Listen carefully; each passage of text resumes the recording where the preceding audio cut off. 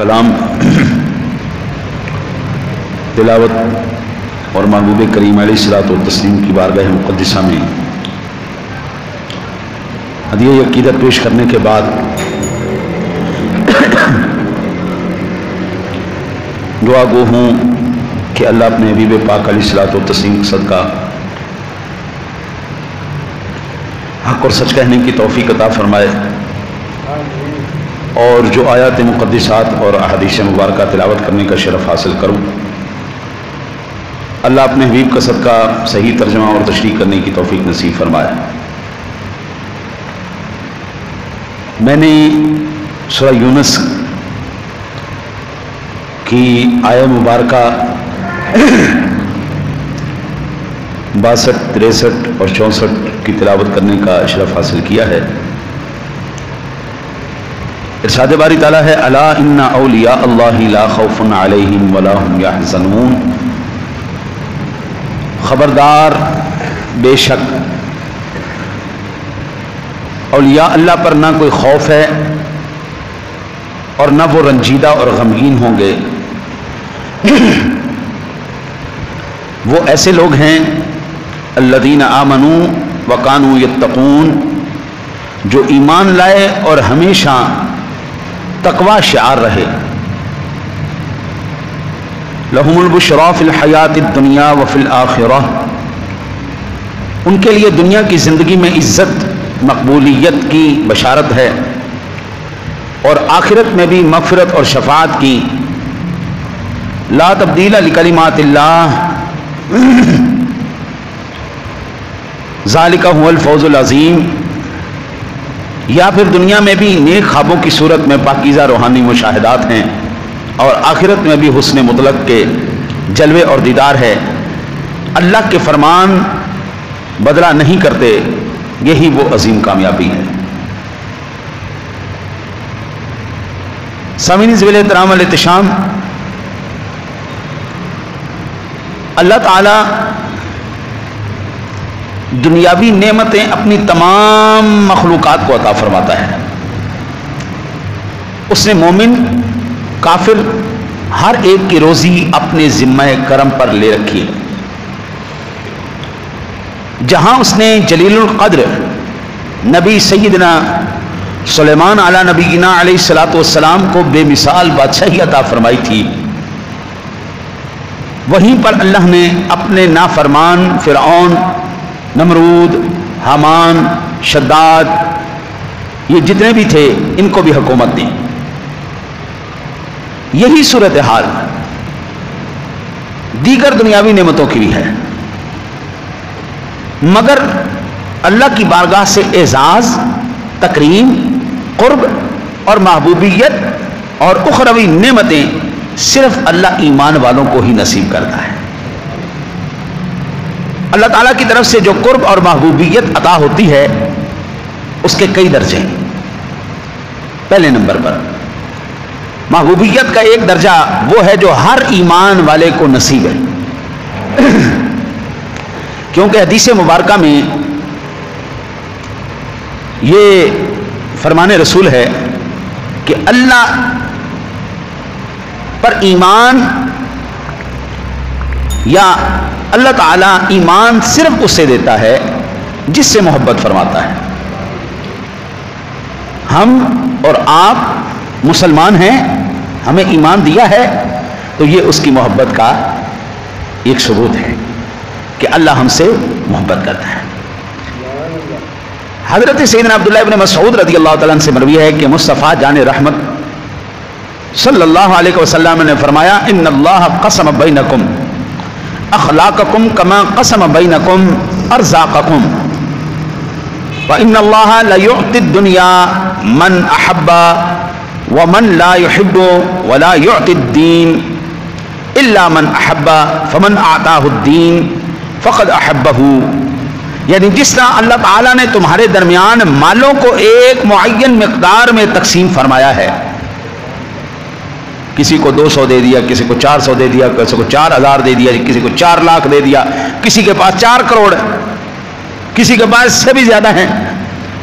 جس طرح اللہ تعالیٰ نے مالوں کو ایک معین مقدار میں تقسیم فرمایا ہے، اور تقدیر میں لکھا ہے ایسے ہی اس نے تمہارے درمیان تمہارے اخلاق اور اعمال کو بھی تقسیم فرمایا ہے. اور تقدیر میں لکھا ہے اللہ تعالیٰ دنیاوی رزق اپنے محبوب بندوں کو بھی عطا کرتا ہے اور انہیں بھی دیتا ہے جو اسے پیارے نہیں، مگر دین اسے ہی عطا کرتا ہے جس سے محبت فرماتا ہے.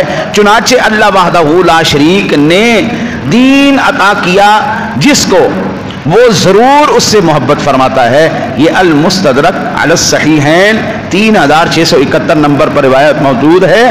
اور رحمت خداوندی سے یہ درجہ ہم سب کو نصیب ہے، اور دعا کرو اللہ تعالیٰ مرتے دم تک ہمیں یہ نصیب رکھے.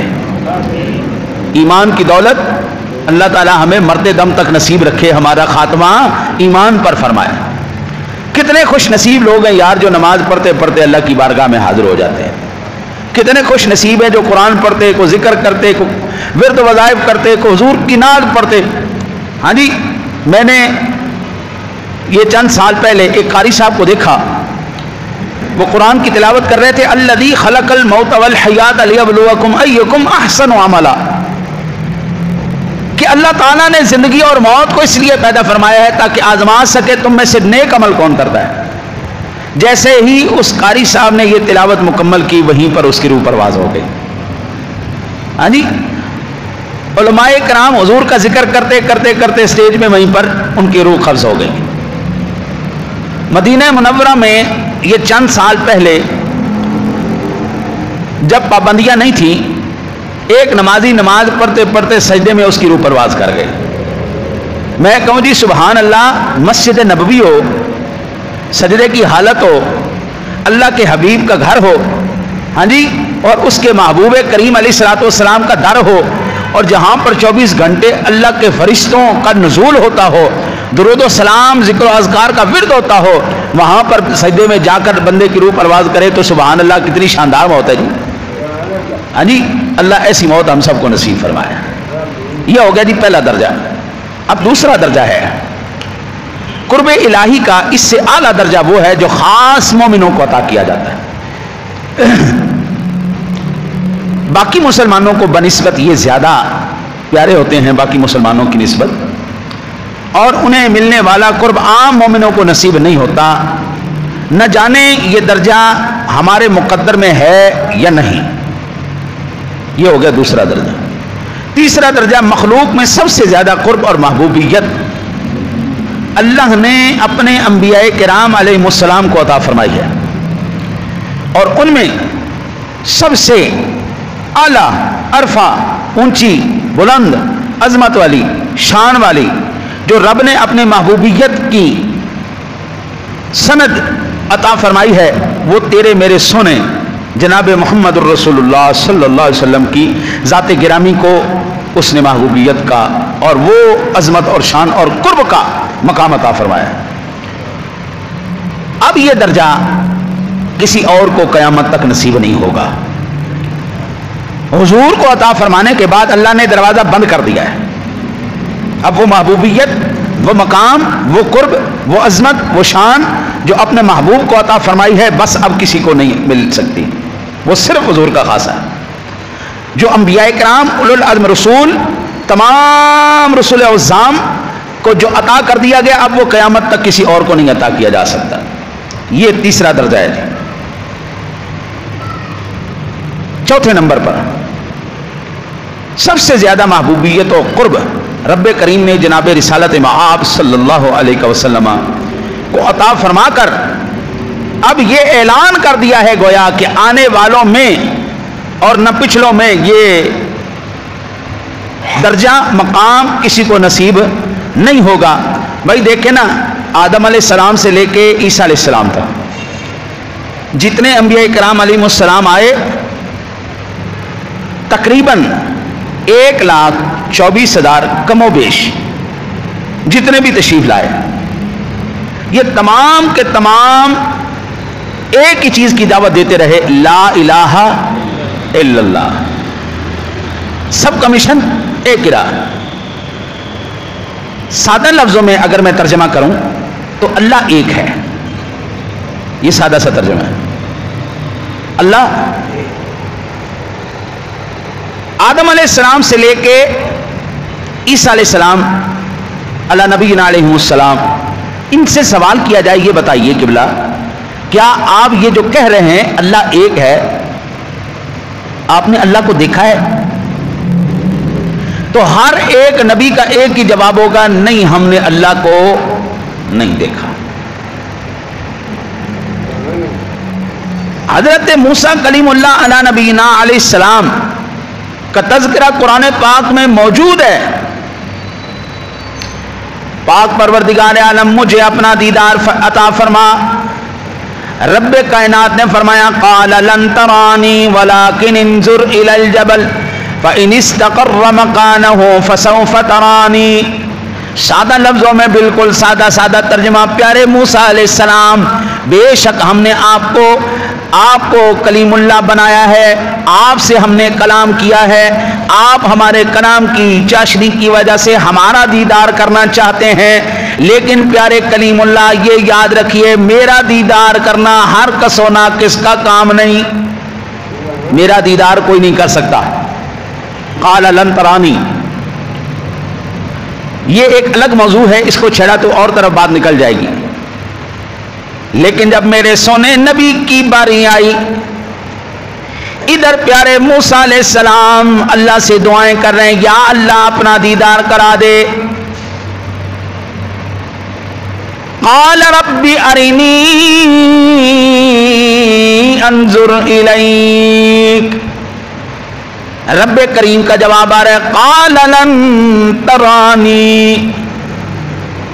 جب باری آئی محبوب کی، کریمہ کا جی علیہ الصلوۃ والسلام کی ذات گرامی اپنی چچی جان کے ہاں آرام فرما رہے ہیں، جبریل امین آئے عرض کرنے لگے ان اللہ اشتاق الی لقائک یا رسول اللہ، یا رسول اللہ اٹھیے سونے ہو، آج رب چاہتا ہے ذرا دونوں کے درمیان ملاقات نہ ہو جائے، آج یار اور اس کا محبوب جو ہے عاشق اور معشوق مل نہ جائیں، محب اور محبوب آپس میں ملاقات نہ کر لیں، محبوب چلے۔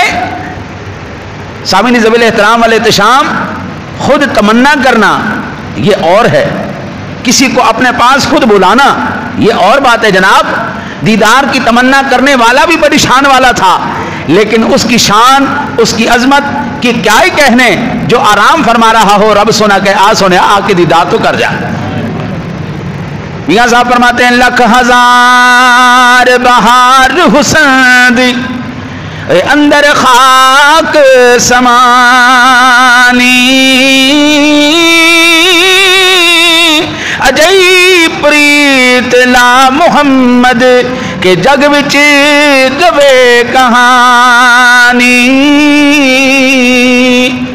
جس طرح اللہ نے اپنے محبوب کو مقام قرب، مقام خاص، مقام فضل جو عطا فرمایا ہے وہ یکتا ہے، بے مثال ہے، اسی طرح میرے محبوب کے غلاموں کو بھی اللہ نے شان الگ ہی عطا فرمائی ہے۔